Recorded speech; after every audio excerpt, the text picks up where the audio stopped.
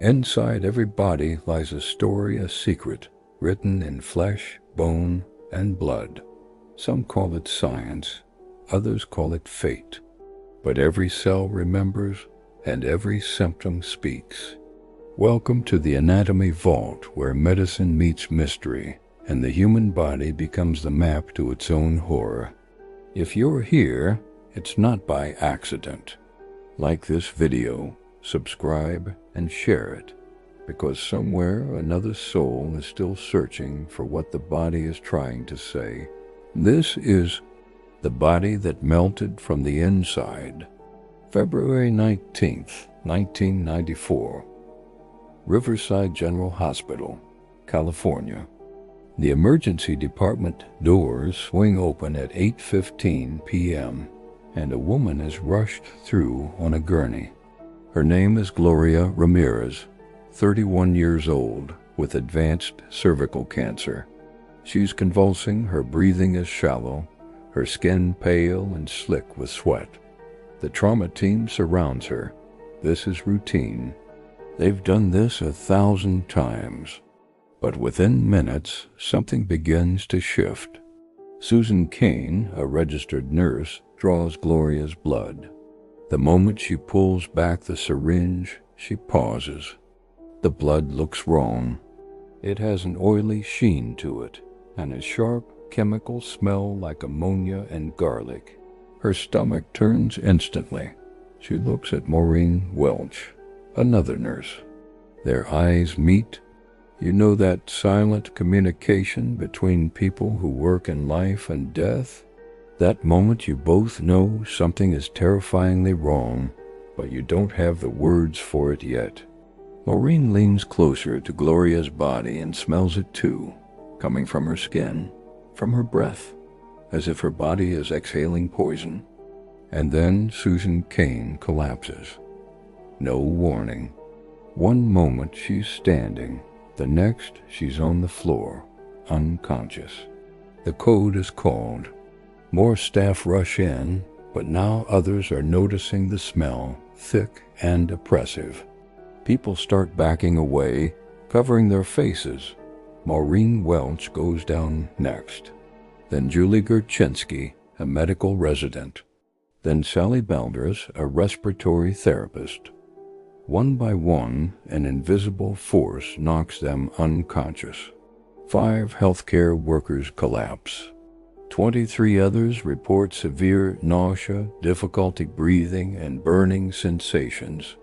The emergency room is evacuated, and in the center of the now empty trauma bay, Gloria Ramirez lies dying, alone.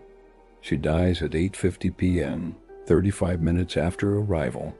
But the mystery has only just begun. What could possibly turn a dying woman into a biohazard so potent that trained medical professionals couldn't stand in the same room with her?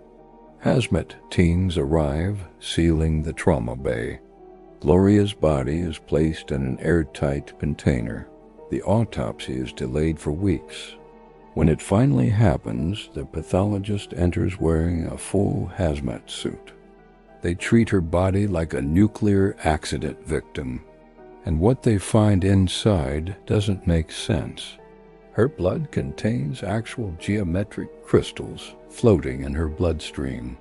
Her tissues show signs of extreme chemical damage. The toxicology reports reveal elevated levels of dimethyl sulfone, a breakdown product of DMSO. She'd been using it, rubbing it on her skin to ease the unbearable pain of her cancer. But here's where science gets dark. The official theory goes like this.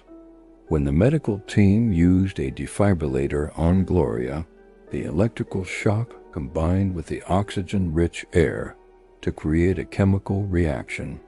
The DMSO in her blood converted into dimethyl sulfate 1, of the most toxic substances known to chemistry, classified as a chemical weapon. It attacks the nervous system, the lungs, the eyes. It causes immediate collapse. Gloria Ramirez's body had become a factory. Her pain, her desperation, and the procedures meant to save her life all combined, and her blood transformed into airborne poison. Her body didn't just fail, it weaponized itself. You're watching the Anatomy Vault. If this fascinates you, don't just watch like this video and share it, because truth deserves witnesses. The aftermath tells a darker story. Susan Kane, the first nurse to collapse, never fully recovered.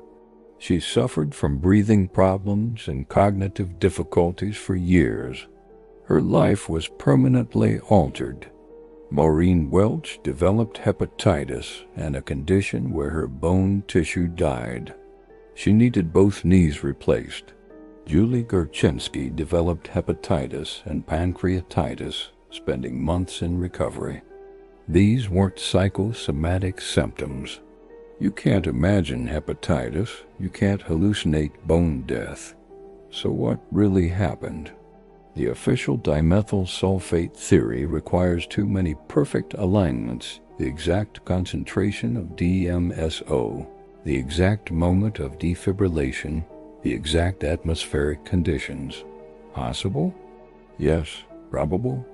That's where the debate lives. Here's what they don't teach you in medical school. The human body is not a fixed thing. It's a process, a constant state of chemical flux, held together by signals and bonds that can shift, break, and reorganize. Right now, as you listen, thousands of reactions are happening inside you, all balanced on a razor's edge between order and chaos. Most of the time, the balance holds. But sometimes, under pressure, under pain, the chemistry improvises. Gloria Ramirez was in agony. Her cancer had spread.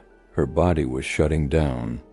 The pain must have been indescribable, the kind that makes people try anything. So she used DMSO. How much? For how long? We'll never know. By the time she reached the hospital, her blood chemistry had already crossed some invisible threshold. Don't scroll. Stay with this. What happened reveals something fundamental. You are not separate from chemistry. You are chemistry. Your thoughts are electrochemical reactions. Your emotions are hormonal cascades. And when you introduce foreign compounds, you're performing experiments on yourself. Most of the time, nothing unusual happens. But sometimes the body responds in ways that look like magic or horror. The hospital incinerated the equipment and disposed of the blood samples. Gloria's body was buried in a sealed casket. The lawsuits were settled out of court. The media attention faded. Within a few years, most people had forgotten about the toxic lady. But in emergency rooms, the story lives on. Nurses still tell it on night shifts. Unofficial protocols have been passed down. If a patient's blood looks strange, if it has that oily look, that chemical smell, if anything feels profoundly wrong, back away, call for Hazmat. Because medicine has limits, and sometimes the human body crosses them. If your pulse just quickened, if you felt something tighten in your chest, comment below what you felt. Fear is information. 31 years have passed. The nurses who survived carry permanent injuries. The trauma bay has been renovated. But the question remains, what really happened in that room? Was it dimethyl sulfate, mass hysteria, or something else entirely, some reaction we still don't have the chemistry to explain? Maybe the answers aren't as important as the lesson. The body is more complex than our textbooks admit. Gloria Ramirez died trying to ease her agony, surrounded by people trying to save her. Instead, her body became a warning. Her death became a case study in medical anomaly, a story told to remind us that no matter how much training you have, the human body can surprise you. And sometimes those surprises are lethal. The body doesn't lie, It remembers every trauma, every chemical, every desperate measure. Sometimes this memory becomes its own worst enemy.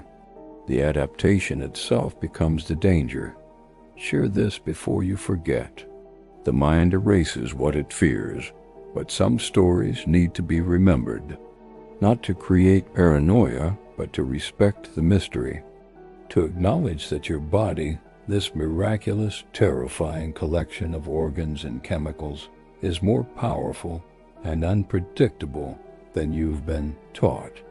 You are a living chemistry experiment, constantly one reaction away from becoming something different.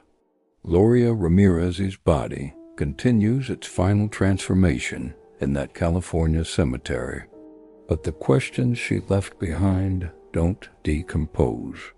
They remain crystallized in medical journals and hospital rumors. We interpret the body through the lens of intention, healing, fighting, surviving. But maybe that's wrong.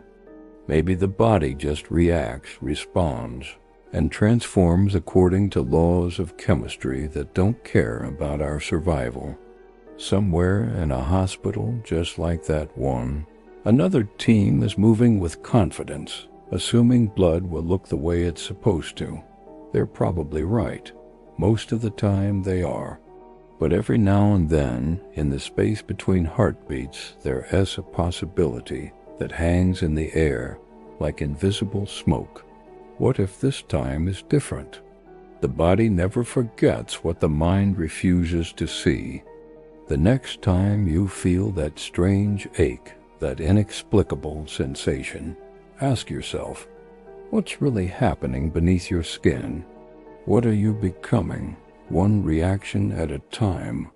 If this story made you think, type "The Vault is Open" in the comments. Share this with someone who dares to look closer, and subscribe, because inside the anatomy vault, we don't just study what the body is, we uncover what it's trying to tell us.